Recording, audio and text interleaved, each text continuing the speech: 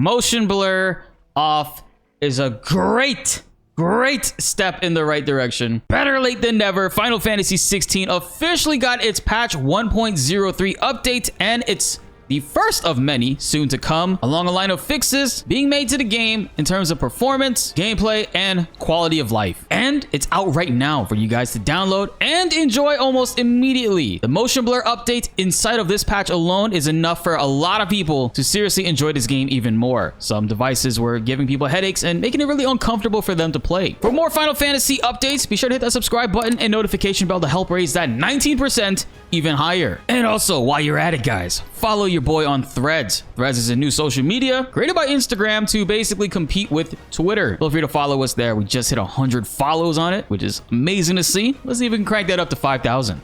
Now, with that being said, let's get into the video. Officially on Twitter, the Final Fantasy 16 Twitter page has announced the release of patch update 1.03, which makes a number of improvements to Final Fantasy 16. This update fixes some issues and adds some new functionality. We recommend that you install this update before playing the game. This update adds the following items to the System tab of the main menu: motion blur, strength. This is a pretty big one. A lot of people have been requesting this, but I'm glad to see it's finally here. Allows the player to adjust the strength of the motion blur effect when the character or camera is in motion. The default setting is the maximum of 5. My God. This can be lowered to reduce the strength of the motion blur effect or set to 0 to completely turn it off. Great update. I don't know why this wasn't there in the first place, but happy to see it finally there. But there is more. Player follow movement and player follow attack. Turning these settings off prevents the camera from automatically following the player while moving and attacking respectively. This will help you out if you're trying to combo and attack multiple enemies and you don't want the camera to turn a certain direction to keep your eyes ahead of you or facing whatever direction you pointed it at. And you could also change the maximum setting of the camera sensitivity, horizontal and vertically, from 10 to 20. Yo, if you're playing on 20, I want to see your gameplay. And the next big thing that they added with this is the new controller layouts. They added 3 new layouts, types D, E, and F. A being the standard one is the one that most people felt a little uncomfortable with, especially if you're coming from God of War. Layout B seemed to be more God of War friendly, making the bumper and triggers the attack buttons. It also corrects an issue that affected the stability of some menus and corrects some text issues as well, and also adds the hashtag of Final Fantasy 16 when sharing screenshots or video clips on Twitter or YouTube directly from the console. Okay, that's pretty dope to see and hear. Now let's actually boot up Final Fantasy 16 and take a look at it for ourselves.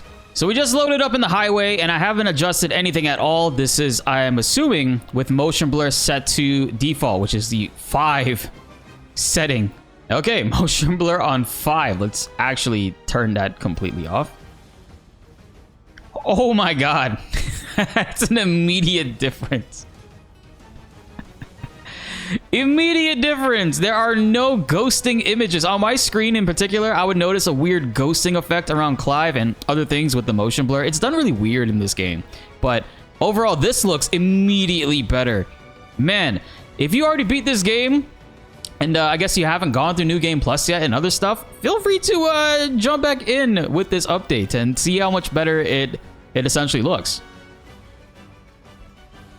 Player follow for movement and attack. I'm probably going to disable these just to see how much of a difference it makes. I didn't notice it being an issue for me personally, but it's all about preferences really. Let me know in the comments below, what do you prefer, on or off? Okay, and now for the controllers. We already had type A, which was default, which is what I use personally. I got used to it already, and I use the back buttons on my PlayStation DualSense Edge controller, so it's not that big of a deal to basically cast magic and hold down attacks for me.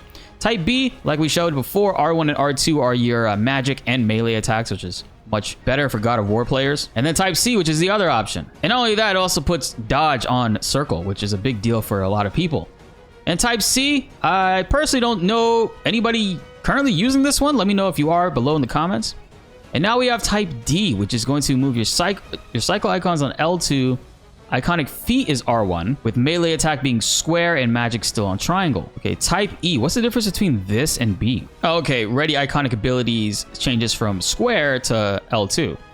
Interesting.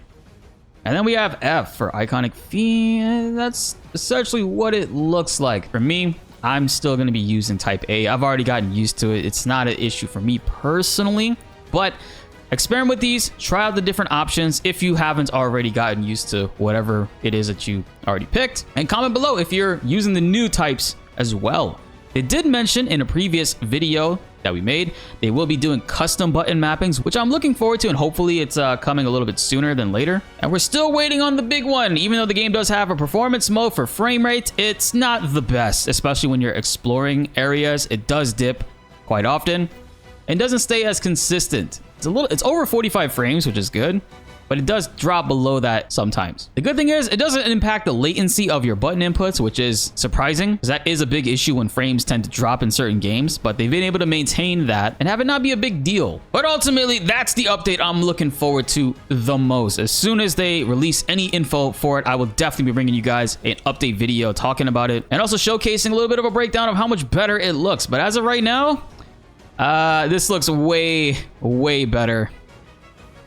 Motion blur, I always tend to turn it off in certain games, in almost all games, right?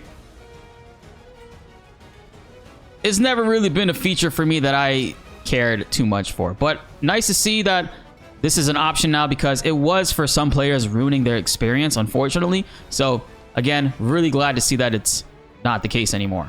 Man, it has been a few days since I've played this game.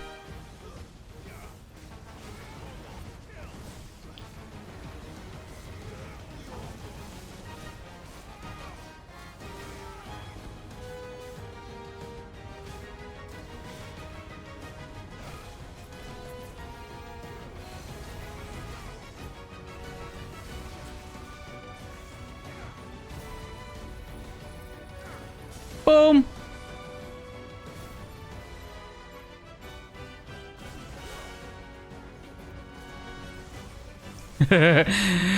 I'm borderline button mashing right now.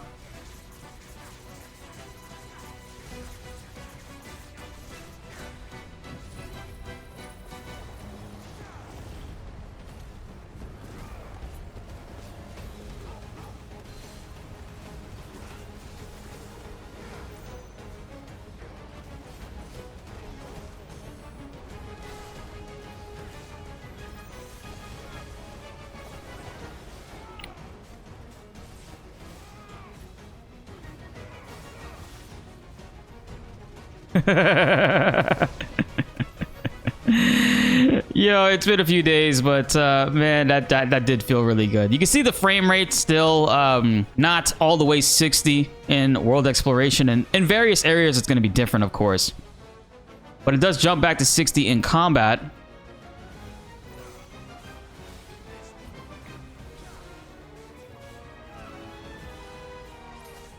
Boom.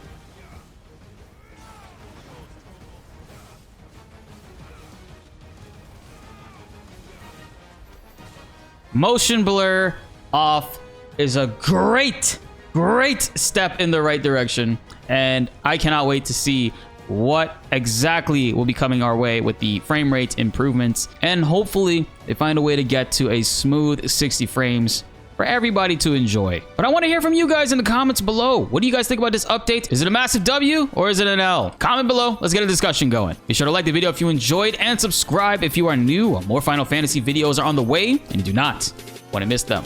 My name is BltzZ and thanks for watching.